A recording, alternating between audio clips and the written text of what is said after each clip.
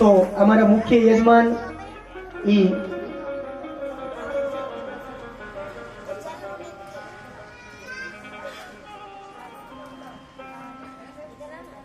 તો આ બાજુ ત્યાં ફાવે તો ભલે નગર ઉપર બેસજો. તો આ બાજુ રામ એમ કેવા લાગ્યા, કેવટને કહે છે કે અમે નૌકાના આદતી નથી, અમે નૌકાના આદતી નથી. તું આમથી આમ અમને આ કિનારેથી પેલા કિનારે, પેલા કિનારેથી આ કિનારે તું લઈ જાય છે તો અમને પડી જવાની બીક લાગે. અને ત્યારે કેવટે ભગવાન રામનું બાવડું પકડીને કીધું કે મહારાજ તો તમારા કરતા અમે મહાન ને, તમે અમને 84 લાખ યોનિની અંદર ફેરા ફેરવો છો ત્યારે અમને માનવનો દેહ મળે છે. સમજાય છે? મેં તમને ખાલી 3-4 આંટા ફેરવ્યા, એમાં તમે આટલા બધા થાકી ગયા, એમાં તમે આટલા બધા કંટાળી ગયા. આવા સુંદર સુંદર અર્થો કરે છે. કોઈ કવિ કહે છે કે નથી આ સાગર ની વાતો, આ તો ભવસાગર ની વાત છે. બીજાને તારવું એક બાજુ પર, પણ અહીંયા ખુદ તરીને તો જો. ઓ ગગનવાસી, કોઈ કવિ કહે છે કે ઓ ગગનવાસી, ધરા પર બે ઘડી શ્વાસા ભરીને તો જો. જીવનદાતા શેષ શૈયા પર શયન કરનાર એ ભગવાન, સદાય શેષ શૈયા પર શયન કરનાર એ ભગવાન, ઘડી ભર એક કંટકની પથારી પાથરી તો જો. બહુ સરસ અર્થ કરે છે. કેવટ કેવા લાગ્યા ભગવાનને. કેવટ આવો સરસ મજાનો વિનોદ કરે છે. અને આ બાજુ હવે કેવટ ભગવાનને કહે છે કે જો તમને પડી જવાની બીક લાગતી હોય તો તમે મારું બાવડું પકડી રાખો. આવા સુંદર સુંદર અર્થો કરે છે. અને આ બાજુ જ્યાં ભગવાન રામજીએ કેવટનું બાવડું પકડ્યું અને તમામ દેવતાઓએ પુષ્પની વૃષ્ટિ કરી. આ ઘટના ઘટીને એટલે તમામ દેવતાઓએ પુષ્પની વૃષ્ટિ કરી. અને કોઈ કવિ કહે છે, અમારે કાગ બાપુ કહે છે કે શું ઘટના ઘટી? કે નાવડીમાં બાવડી જાલી તે દી ભીલ તણી રઘુરાય તો.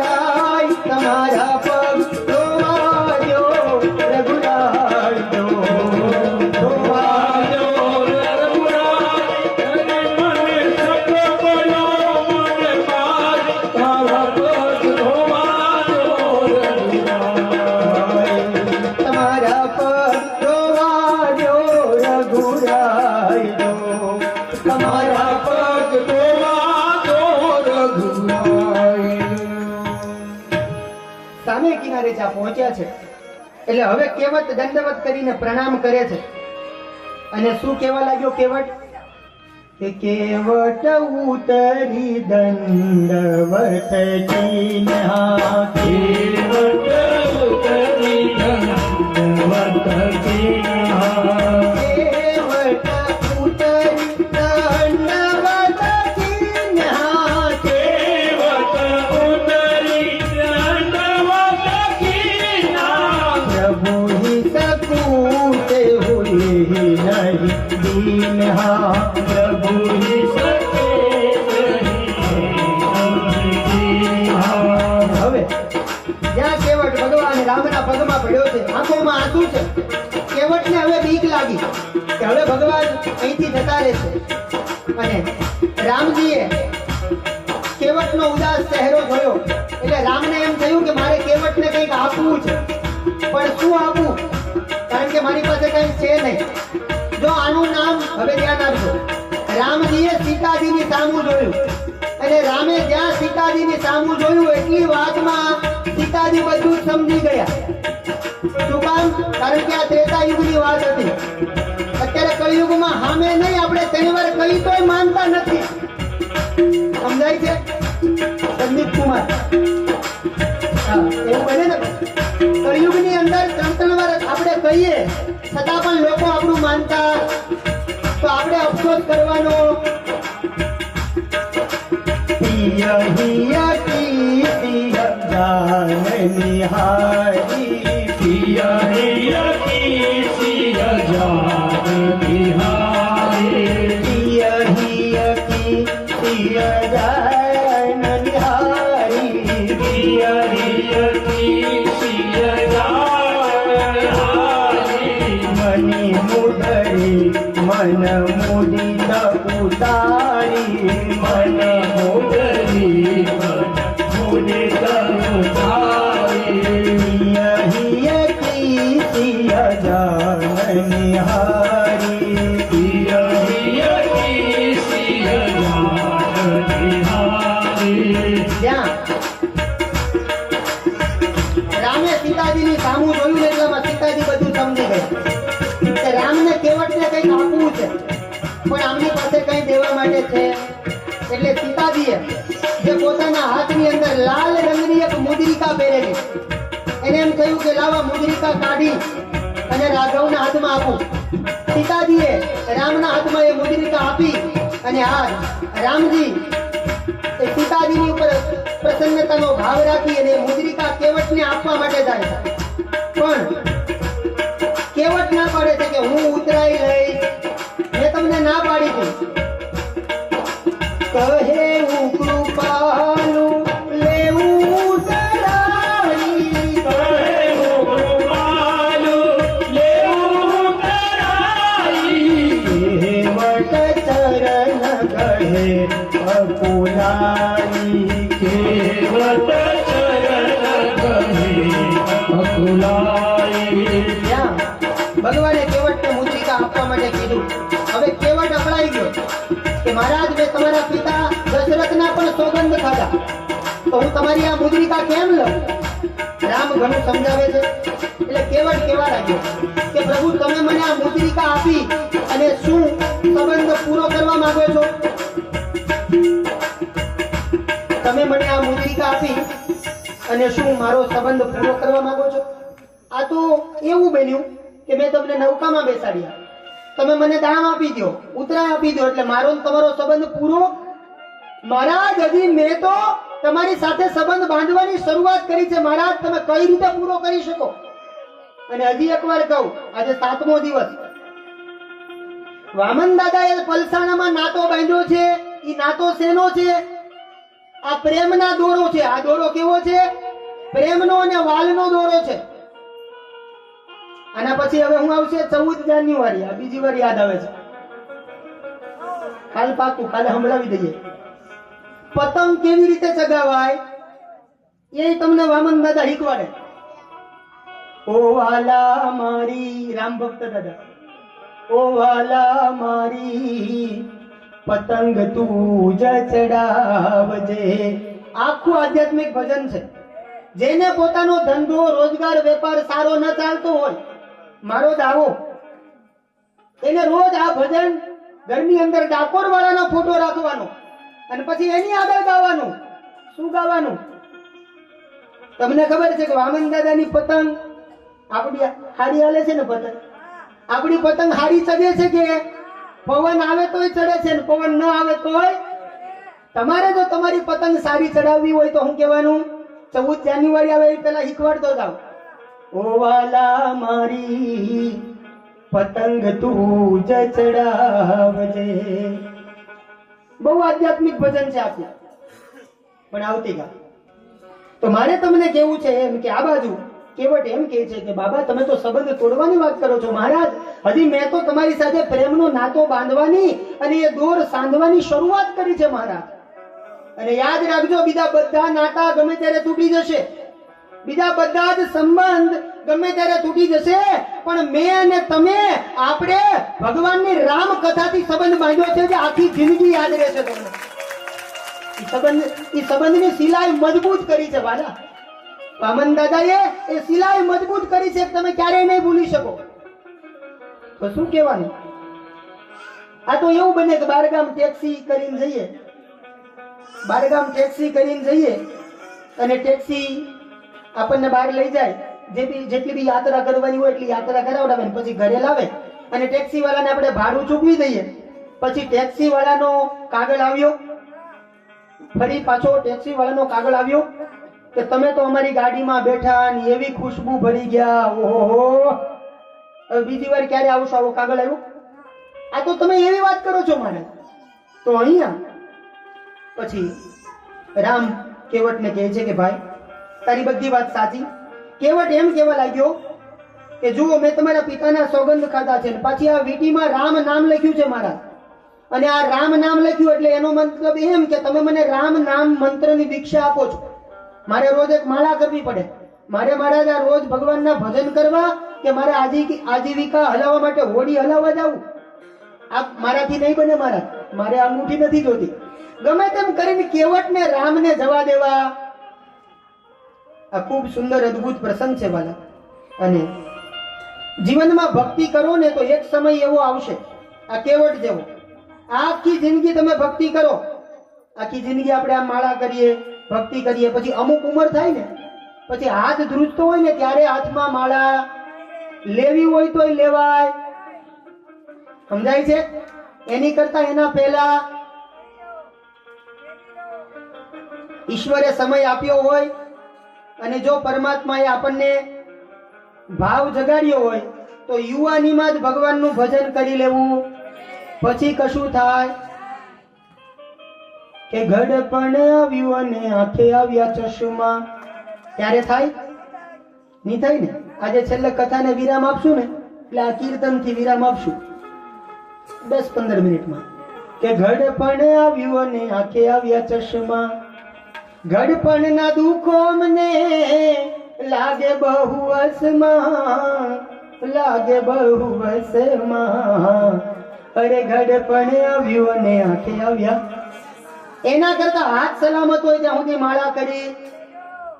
એક આપણે ત્યાં પ્રસિદ્ધ સંત થયા દાદુ, એ સંત દાદુ રોજ પોતાના હાથમાં માળા, ભગવાનનું ભજન કરે, તીર્થયાત્રા કરે, લોકોને સારા માર્ગે લઈ જાય.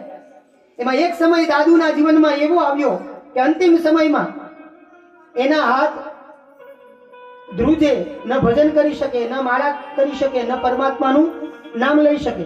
એટલે કોઈએ પૂછ્યું કે બાબા क्यों अब आपके हाथों में ये माला नहीं दिखाई देती? ત્યારે દાદુ બોલ્યા, સંત દાદુએ જવાબ આપ્યો કે માલા જપું ન કર જપું. શું કહે છે સંત દાદુ? પહોંચેલા સંત કે માલા જપું ન કર જપું, જીવા જપું ન રામ. અરે સુમિરન મેરા હરી કરે અને મેં પાવા વિશ્રામ. સમજાય છે? એવું જીવન બનાવો. હવે મારો હરી મારો નામનું સ્મરણ કરે. હવે મારી માળા કરવાની ઉંમર, હવે હું થાકી ગયો એટલે હવે હરી ભગવાન મારા નામના જપ કરે. આવું ત્યારે જ બને. હમણાં આપણે ગાઈ ગયા, આવું કનૈયાને ઓર્ડર થી ત્યારે જ કહી શકાય કે ચુંદડી ઓઢી મેં તો તારી, કાનુડા હું તો તારી ઘરવાળી, અરે હાલત કરી છે તે તો મારી, કાનુડા હું તો તારી ઘરવાળી. આવું ગાવા માટે હિંમત જોવે. આપણે જેનું ઓઢનું ઓઢ્યું છે ને એટલે કોઈ ચિંતા કરવાની, જેને જે કેવું હોય એ કે. કેમ કે મનડામાં મૂર્તિ તારી રમતી છો ગાળા, જગમાં નથી વાત છાની, કનૈયા હું તો તારી ઘરવાળી. આપણે જેનું ઓઢનું ઓઢ્યું છે ને એના નામ ઉપર આપણું ગાડું ચાલે છે, ચાલશે અને ચાલતું રહેશે, એમાં કોઈ બેમત નથી. તો આ બાજુ સંત દાદુ અને આજ કેવટ કહેવા લાગ્યો કે મહારાજ તમારી બધી વાત સાચી, પણ નાથ આજ મેં કાહન પાવા, મીટે દોષ દુઃખ દારિદ દાવા. અબ કહું અબ કછું નાથ ન ચાહીએ મોરે, દીન દયાલ અનુગ્રહ તોરે. મહારાજ તમારો અનુગ્રહ જ કાફી છે. અને છેલ્લે કેવટે એમ પણ કહી દીધું કે પ્રભુ હું તમારી અત્યારે તમારી ઉતરાઈ નથી લેતો, તમે અનુગ્રહ કર્યો ને એટલો બરાબર છે. પણ કેવટ કહેવા લાગ્યા કે પ્રભુ અમે તમારી નાતના છીએ. કેવટ કહે છે કે પ્રભુ અમે તમારી નાતના છીએ. એટલે લક્ષ્મણજી રામની સામે જોઈને કહેવા લાગ્યા મહારાજ આપણે ખારવા છીએ. આ એમ કહે છે કે અમે તમારી નાતના છીએ. ત્યારે કેવટે કીધું કે હું બરાબર સમજીને બોલ્યો છું.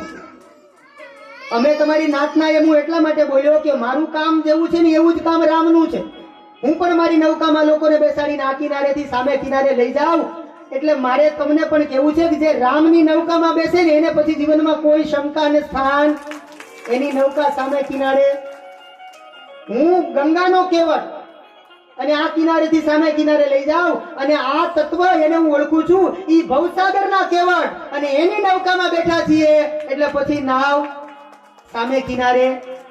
બહુ સરસ અર્થ કર્યા છે કે નાયની કદી નાઈ લે નહીં આપણે ધંધા ભાઈ. નાયની કદી નાય નહીં આપણે ધંધા ભાઈ. નાયની કદી નાઈ લે નહીં આપણે ધંધા ભાઈ. નાયની કદી નાય નહીં આપણે ધંધા ભાઈ. કાગ કહે છે ખારવાને, કાગ કહે છે ખારવાને, કાગ કહે છે ખારવાને, કહે છે ખારવાને. ખારવો લેની ઉતરાય તમારા પગ ધોવા જો ને રઘુરાય. ધોવા જો રઘુરાય કે મને સત પડ્યો મનમાં, તમારા પગ ધોવા જો રઘુરાય. ધોવા જો ને રઘુરાય, વાલા મને મેમાં પડ્યો મનમાં, તમારા પગ ધોવા જો ને રઘુરાય.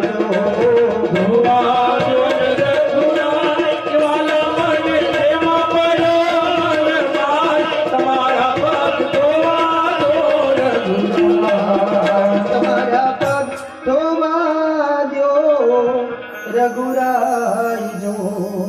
ભગવાન રામચંદ્રજીએ કેવટની ઉપર કૃપા કરી અને અદ્ભુત રામાયણનો પ્રસંગ. ત્યારબાદ આવો સમય થઈ ચૂક્યો છે. આ પરિવારનો એવો ભાવ છે કે આજે શનિવાર છે દાદા, તો હનુમાનજી મહારાજની ઝાંખી અમારે કરવી છે. તો હનુમાનજી છે, ઘણા લોકો એમ કહે છે કે હનુમાન દાદા છે ને એ શિવજીનો 11મો રુદ્ર છે. એ વાત અર્ધ સત્ય છે. ધ્યાન આપજો. આપણે 2 જ મિનિટમાં હનુમાન દાદાને બોલાવી આરતી સ્વાગત એના તરફ આગળ વધવું છે. પણ હનુમાનજી મહારાજ, ઘણા લોકો એમ કહે છે કે હનુમાન દાદા એ શિવજીનો 11મો રુદ્ર છે, પણ ઈ વાત અર્ધ સત્ય છે. ઈ પૂરેપૂરું સત્ય લાગે. શું કામ? શિવ પુરાણ વાંચો તો ખબર પડે. શિવજીના બીજા 11 રુદ્ર, જેમ વિષ્ણુ ભગવાનના 24 અવતારો થયા એમ મહાદેવજીના 100 અવતારો થયા છે. કેટલા? મહાદેવજીના શિવ પુરાણની પહેલી સંહિતા વિદ્યેશ્વર સંહિતા, બીજી સંહિતા રુદ્ર સંહિતા, ત્રીજી સંહિતા શતરુદ્રીય સંહિતા. એમાં મહાદેવજીના 100 અવતારોની કથા છે. એમાં મહાદેવજીના 11 રુદ્રના જે અવતારો થયા એ અલગ. એમાં હનુમાનની ક્યાંય ગણતરી નથી. આવું શિવ પુરાણ કહે છે. હનુમાનજી જે કાયદેસર શિવજીનો અવતાર છે એનું નામ છે હનુમંત અવતાર. પણ એ કાયદેસર આખો હનુમાનજીનો અવતાર જે શિવજી પોતે જ હનુમાનજી થઈને આવેલા, પણ સેવા માટે અવતાર લીધેલો. શિવ પુરાણમાં હનુમાન દાદાના પ્રાગટ્યની કથા હું તમને સમયના સંભાવે સંક્ષેપમાં કહી દઉં. મારે હમણાં જ શિવ મહાપુરાણ હતું સુખેશમાં, તો ત્યાં બહુ સરસ અમે આનંદ કર્યો વાલા. તો શિવ મહાપુરાણની અંદર હનુમાન દાદાના પ્રાગટ્યની કથા એવી બતાવી છે કે એક વખત ભગવાન વિષ્ણુ એને જ્યારે મોહિની સ્વરૂપ ધારણ કર્યું ને, તો એ સ્વરૂપના દર્શન ભગવાન ભોળાનાથને કરવા હતા, પણ ભગવાન ભોળાનાથ કરી ન શક્યા. એટલા માટે આ બાજુ ભગવાન ભોળાનાથે વિષ્ણુને કીધું કે બાબા તમે ફરીથી મોહિની અવતાર લ્યો ને મારે એના દર્શન કરવા છે. ત્યારે વિષ્ણુ ભગવાન કહેવા લાગ્યા કે એવા બનાવટી રૂપમાં કાંઈ હોતું બાબા, હું તમને ના પાડું છું, એ તમારા દર્શન કરવા લાયક નથી. પણ છતાંય શિવજી માન્યા અને પરાને આગ્રહ રાખ્યો. એટલે વિષ્ણુ ભગવાન કહેવા લાગ્યા કે સારું બાબા. અને હવે આજ વિષ્ણુ ભગવાને મોહિની સ્વરૂપ લીધું. શિવ પુરાણની કથા છે. વાહ! વિષ્ણુ ભગવાને મોહિની સ્વરૂપ લીધું અને જ્યાં મોહિની ભગવાનને મહાદેવજીએ જોયા અને બરાબર એ જ સમયે મહાદેવજીના દિવ્ય તેજ આ ધરતી ઉપર પડ્યું અને બરાબર એ તેજ વિષ્ણુ ભગવાન કહેવા લાગ્યા. એને ગરુડને આજ્ઞા કરી. ગરુડે આ તેજ એ પોતાના એક પડિયામાં ભર્યું અને એ તેજ ગૌતમ ઋષિ એમના દીકરી અંજના. હનુમાનજી કોના દીકરા છે? અંજની નંદન કહેવાય ને. એટલે ગૌતમ ઋષિ એમના દીકરી અંજના એ તપ કરતા હતા અને ભગવાન ભોળાનાથનું જ તપ કરતા હતા કે એના જેવો દીકરો એને. એટલે વિષ્ણુ ભગવાને કીધું કે હવે કામ કરો, આ તેજ જે છે ને એ જઈ અને અંજના તપ કરે છે એના કાનમાં પધરાવે. એના કાનમાં તેજ પધરાવ્યું અને એ તેજ પેટમાં ગયું અને એનાથી જે આપણે ત્યાં અવતાર થયો એનું નામ છે બોલો હનુમાનજી મહારાજ કી જય.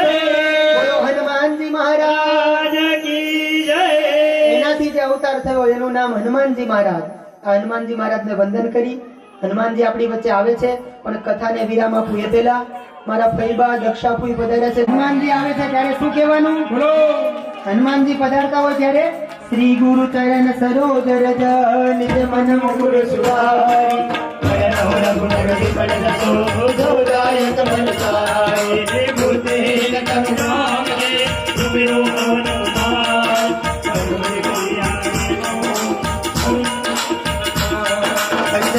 હનુમાન બોલો જય હનુમાન. જય હનુમાન બોલો જય હનુમાન.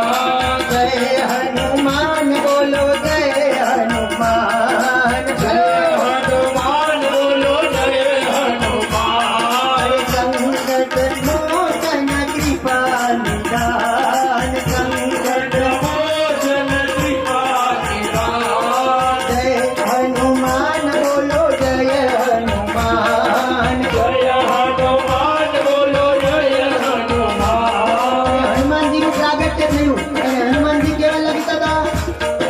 બાલક મય રવિ ભક્તલિયો તબ ચીનહુ લોક ભયો અધિયારો તાયુત નાશ ભયો જગ કોય સંકટ કાહુ જાતન કાયો.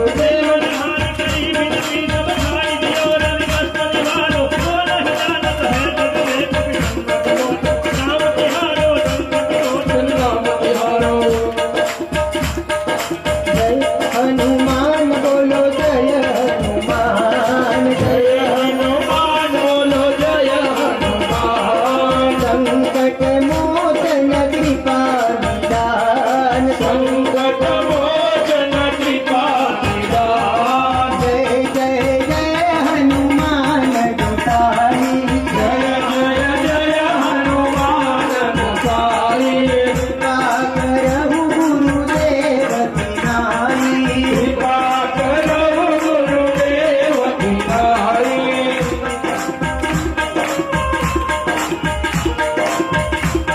અરે અષ્ટ સિદ્ધિ નવનિધિ કે દાતા. અષ્ટ સિદ્ધિ નવનિધિ કે દાતા. હાલો હાથ ઊંચા બધાયના. અષ્ટબર દીન જાનકી માતા. અષ્ટબર દીન જાનકી માતા. બજરંગી કેસ બનાવું સિંદૂર લગા લગા કે. બજરંગી તુજે બનાવું સિંદૂર લગા લગા કે. બજરંગી કેસ બનાવું સિંદૂર લગા લગા કે. બજરંગી કેસ બનાવું સિંદૂર લગા લગા કે.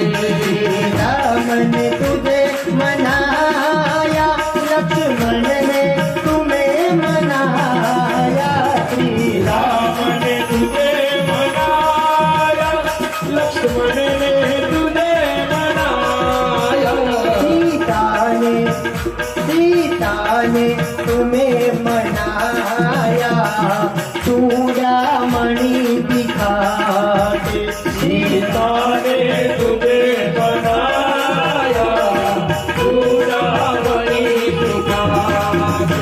બજરંગી કેસ બનાવું સિંદૂર લગા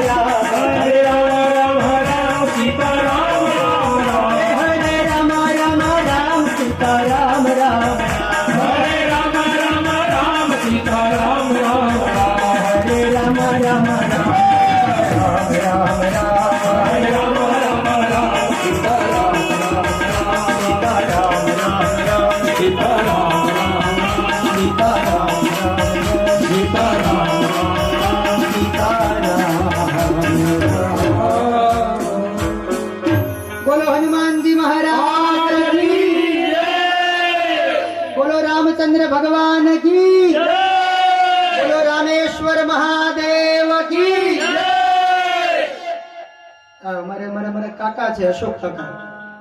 રમવાની રજા નાના બાળક બનવામાં કેવી અમારા પુનિત મહારાજ લખે વાલા. એટલે મારા કાકા અને કદાચ અહીંયા રામેશ્વર મહાદેવથી અમે પોદયાત્રા કરી. મારા માતા પિતાનું પહેલું પુણ્ય મારા માતા પિતાનું છે કે મને અહીંયા પલસાણામાં આવવાનો અવસર મળ્યો. બીજું પુણ્ય મારા કાકાનું છે, કારણ કે એ રામના ભગત છે. એટલે રામજીના મંદિરથી અમે પોદયાત્રાની શરૂઆત કરી. તો એમના માટે ભગવાનને પ્રાર્થના કરું કે આવા વડીલોનો આશીર્વાદ આપણને મળતો રહે. આજની 7મા દિવસની કથા અહીંયા વિરામ લે છે. આવતીકાલે 8મો દિવસ. આવતીકાલે આપણે સરસ મજાનું શબરીનો પ્રસંગ, અને એમાં પણ આપણે પાત્ર બનાવીશું. તમે ક્યાંય નહીં સાંભળ્યો હોય એવો પ્રયાસ હું કરીશ એવું સંભળાવવાનો. બાકી આગે જેવી મારા ડાકોર વાળાની મરજી. તો 7મા દિવસની કથાને અહીંયા વિરામ આપું. મારા માતા પિતા, વડીલ માતા પિતા અને અમારા દાદા ધીરીવાળા દાદા એ સૌને વંદન કરી અને આજ 7મા દિવસની કથાને અહીંયા વિરામ આપું. અને વિરામના સમયે આપણે આરતી તરફ આગળ વધવું છે, પણ એ પહેલા મારા સંદીપભાઈ શાસ્ત્રીજી, તો હું નારાયણભાઈને કહીશ કે ઉપર આવી અને અમારે સંદીપભાઈ શાસ્ત્રીજી એમનું સન્માન કરશે. અને ત્યારબાદ મારા ફૈબા આવશે ને હું ફૈયા તમારી બાજુમાં જે દીકરી બેઠી છે અમારે બેન, એનું નામ અંકિતા છે ભાઈ. એટલે મેં એને આવતા વખત પહેલા કીધું કે સંદીપભાઈ મારે તો ઘેરે અંકિતા અને આઈ એટલે પછી અંકિતા બેનને હું વિનંતી કરીશ કે મારા ફૈબાનું સ્વાગત કરશે. તો સંદીપભાઈને કહીશું કે અહીં આગળ આવે અને આપણે એમનું સ્વાગત સન્માન કરીશું. જોરદાર તાળીઓથી વધાવો વાલા.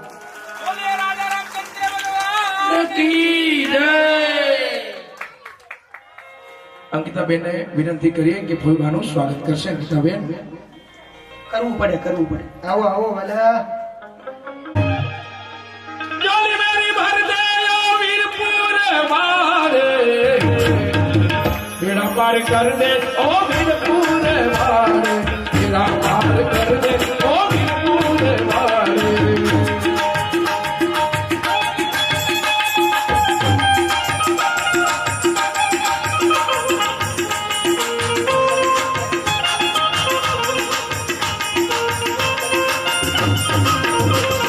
झोली ओ वीरपुर वाले, घर पे झोली ओ वीरपुर वाले, घर पे आया हूँ जाओ ना खाली, घर पे आया हूँ जाओ ना खाली.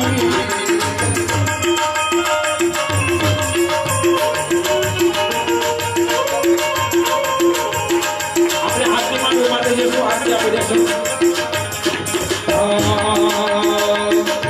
गुनेगार होकर मैं सामने खड़ा हूँ,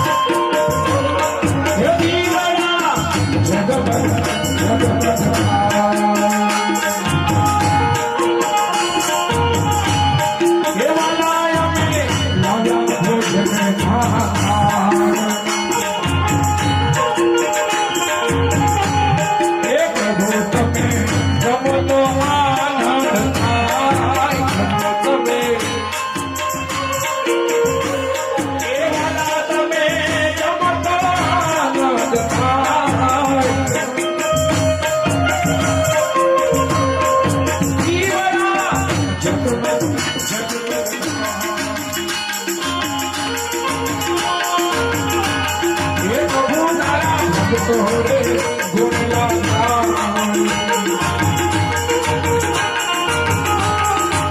જીવને આનંદ આનંદ થાય ઓ ધીરે ના હૈયા રાખનો માર હે દેવરા જગત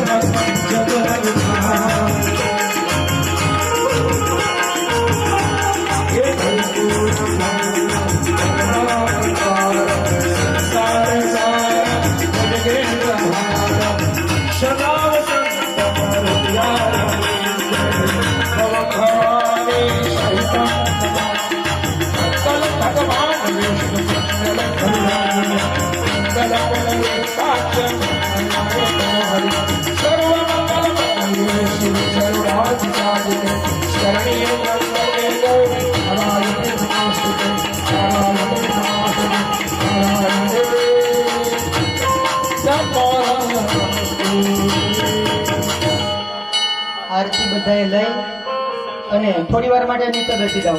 આપણે બધાએ લાઈનમાં આવવાનું છે દર્શન કરવા માટે. કોઈએ ઉતાવળ નથી કરવાની. અને કાલ માટે એક સૂચના, આવતીકાલે જ્યારે કથા વિરામ લેશે ત્યારે આપણે માતૃ પિતૃ પૂજન એટલે તમામ વડીલોને, હું આગળના બધા દિવસોમાં તમને કહી ચૂક્યો છું, રોજ આપણે માતા પિતા માટે બોલીએ છીએ. તો આવતીકાલે કથામાં આવો ત્યારે તમે તમારા નાના નાના બાળકોને લઈને આવજો.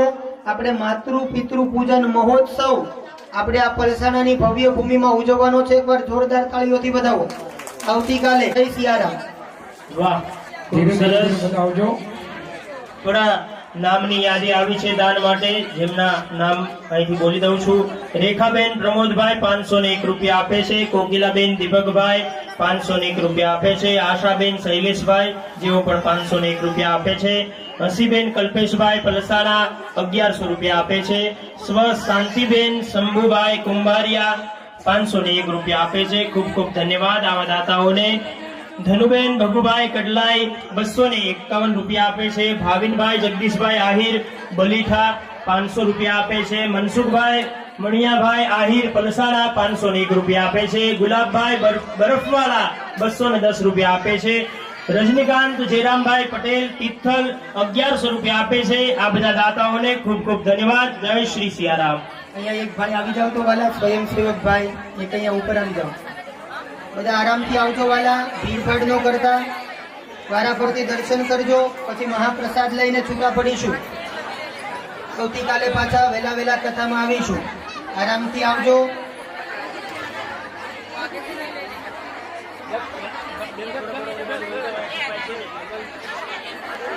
પોતપોતાના નિવાસ સ્થાન તરફ જવું. ધીરે ધીરે બધા દર્શન માટે આવજો. 501 રૂપિયા અરવિંદભાઈ ભીખુભાઈ પરિવાર પલસાણા તરફથી ભંડારા માટે મળશે. 501 રૂપિયા સુશીલભાઈ લક્ષ્મણભાઈ પટેલ ઘેરે દ્વારા ઇકોલા તરફથી મળે છે. 1100 રૂપિયા શિલ્પેશભાઈ ગણપતભાઈ પટેલ ભંડારા માટે મળે છે મોટીવાડા. 501 રૂપિયા ઉર્વશીબેન કેતનભાઈ પટેલ